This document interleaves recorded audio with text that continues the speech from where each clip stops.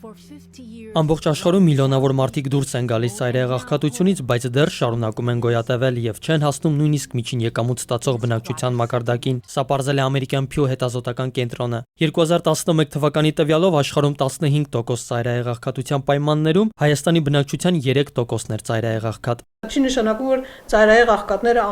ընդհանրապես վերացել են։ Եվ դրա համար էր, որ ՄԱԿ-ի գլխավոր քարտուղար Բան Կի Մունն էլ ասեց վերջերս զեկույցի հրապարակման ժամանակ, որ մնում է միայն մեկ սերունդ եւ ընդհանրապես այդ ծայրահեղաղքատությունը աշխարհի երեսից իսպար կարող է վերանալ։ Ազգային վիճակագրական ծառայությունը պարզել է, որ 2004 թվականից սկսած Հայաստանում աղքատության միջին ցուցանիշը 53.5% է եղել, այնուհետև նվազել է 2010 թվականին կազմելով 35.8%, 2013 թվականին 32%։ Ըստ հուլիսի 6-ին հրապարակած ՄԱԿ-ի զեկույցի 2015 թվականին Կովկասյան տարածաշրջանում աղքատության ցուցանիշը ընկել է։ Ըստ տարածաշրջանի տեսնում ենք, որ Կովկասում է կենտրոնական Ասիայի հատվածում աղքատության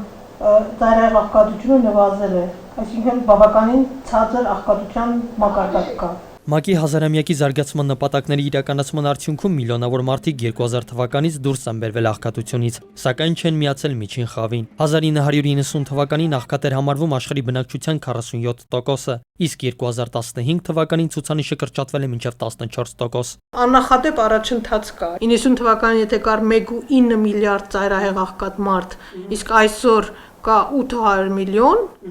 բայց բնակչության թիվը 90 թվականից մինչև 2015 ինչքան է աճել։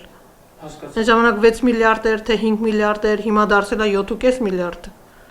Բացեն բնակչության աճի հետ միասին ավելի քիչ մարդ է ծայրահեղ մնացել։ Pew հետազոտական կազմակերպության զեկույցը դիտարկում է ավելի քան 110 երկրների բնակչության եկամտի փոփոխությունը 2001-ից 2011 թվականներին։ Աղքատ բնակչության ցուցանիշը նվազել է։ Միջին եկամտով բնակչության մակարդակն աճել է գրեթե կրկնակի։ 1%-ով էլ աճել է բարձր եկամուտ ունեցող մարդկանց կենսամակարդակը։ ՄԱԿ-ի հազարամյակի զարգացման նպատակների երկրորդ գագաթնաժողովը կանցկացվի այս տարվա սեպտեմբերին։ Այն կառաջադրի 17 նպատակ, որոնք կյանքի են կոչվելու առաջիկա 15 տարում։ Արման Մալխասյան, Գառնիկ Մելքոնյան, Ժամ լրատվական։